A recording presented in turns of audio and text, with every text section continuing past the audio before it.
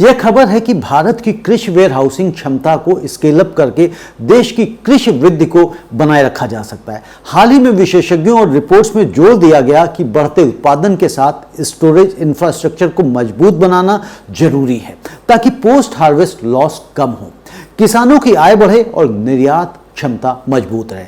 यह खबर हमारी पिछली चर्चाओं से सीधे जुड़ी है, जैसे रिकॉर्ड चावल उत्पादन और निर्यात में उछाल, ईरान में फंसे स्टॉक्स का संकट और भारत EU FTA के अवसर, क्योंकि अच्छी वेयर हाउसिंग इन सबको सपोर्ट कर सकती है। यह खबर क्यों आई है?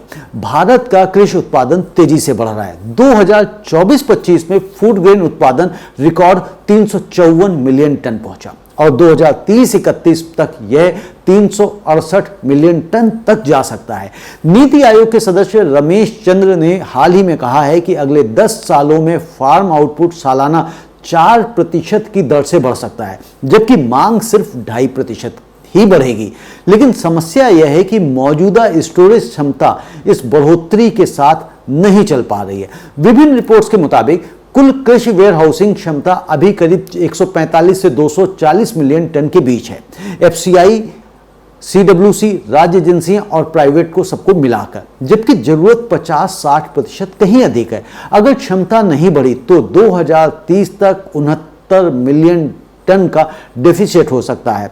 पोस्ट हार्वेस्ट लॉस अभी भी सबसे बड़ा मुद्दा है। अनाज में 4 से 6%, फल सब्जियों में 6 से 15% तक का नुकसान हो जाता है, जो सालाना अगर हम देखें तो वो अरबों रुपयों का है। अब गहराई से इस बात को समझते हैं कि स्केल अप संभव कैसे है। मुख्य दिशा यह है कि पारंपरिक गोदामों से आगे बढ़कर एक रेजिलिएंट इकोसिस्टम बनाना, जिसमें modern silos, cold storage, temperature control units और डिजिटल ट्रैकिंग शामिल हो। सरकार कई स्कीम्स चला रही है, जैसे एग्रीकल्चर इंफ्रास्ट्रक्चर फंड, PM कृषि संपदा योजना और ग्रेन स्टोरेज प्लान, जिनसे हजारों नए प्रोजेक्ट्स सैंक्शन हो रहे हैं। लक्ष्य है कि 2026-27 तक क्षमता 223 मिलियन टन तक पहुंच जाए। प्राइवेट सेक्टर की भागीदारी बढ़ रही है। PPP मॉडल से साइलोस बन रहे हैं और वेयर हाउस रिसीट फाइनेंसिंग से किसान स्टोरेज के बाद लोन भी ले सकते हैं। टेक्नोलॉजी का रोल बढ़ा है। IoT सेंसर से टेम्परेचर ह्यूमिडिटी मॉनिटरिंग, AI से स्पाइलेस प्रेडिक्शन और डिजिटल प्लेटफॉर्म से इन्वेंट्री ट्रैकिंग, ये सब लॉस को सिंगल डिजिट में ला सकते हैं। इसका प्रभाव बहुत सकारात्मक। किसानों के लिए डिस्ट्रेस सेलिंग रुकेगी, क्योंकि वे अच्छे दाम पर बेच सकते हैं। बेहतर स्टोरेज से उनकी आय बढ़ेगी और वेयर हाउस रिसीट से बैंक से सस्ता क्रेडिट मिलेगा। MSME एक्सपोर्टर्स के लिए प्रोसेसिंग और एक्सपोर्ट के लिए क्वालिटी बनाए रखना आसान होगा, जैसे बासमती या सी फूड के लिए निर्यात में भी फायदा है। भारत फूड पावर बनने की राह पर है, लेकिन अच्छी स्टोरेज के बिना वैश्विक बाजार में प्रतिस्पर्धा मुश्किल है। पोस्ट हार्वेस्ट लॉस कम होने से फूड सिक्योरिटी मजबूत होगी, कीमतें स्थिर रहेंगी और इन्फ्लेशन कंट्रोल में मदद मिलेगी। बिजनेस इंप्लीमेंटेशन की यदि हम बात करें तो यह निवेश का बड़ा अवसर है। प्राइवेट प्लेयर्स, FPOs और कंपनियां मॉडर्न वेयर हाउस में निवेश करें, लेकिन चुनौतियां भी हैं। छोटे किसानों तक पहुंच कम है, लैंड एक्विजिशन और रेगुलेशन में देरी और सीजनल यूज से रेवेन्यू इशू। हमारा सुझाव है कि किसान कोऑपरेटिव्स और FPOs को मजबूत करें, डिजिटल प्लेटफॉर्म अपनाएं और ग्रीन वेयर हाउसिंग पर फोकस करें, ताकि एक्सपोर्ट में कार्बन कंप्लायंसेस आसानी से हो सके।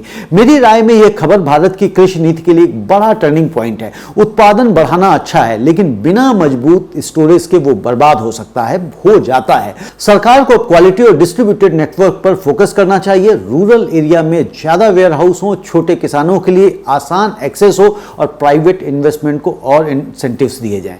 अगर हम यह कर लें तो ना सिर्फ लॉस कम होगा, बल्कि एग्री एक्सपोर्ट सेक्टर पाकिस्तान जैसी प्रतिस्पर्धी और ग्लोबल अनिश्चितताओं से मजबूत बनेगा।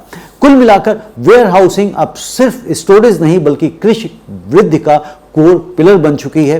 दोस्तों, हमें खबरें बताती हैं कि भारत का कृषि सेक्टर किस तरह से नई ऊंचाइयों को छू रहा है और भारत, जिसे कृषि प्रधान देश कहा जाता था, वो इस वक्त कृषि प्रधानता की तरफ बहुत तेजी से बढ़ रहा है। अब आज के अंतिम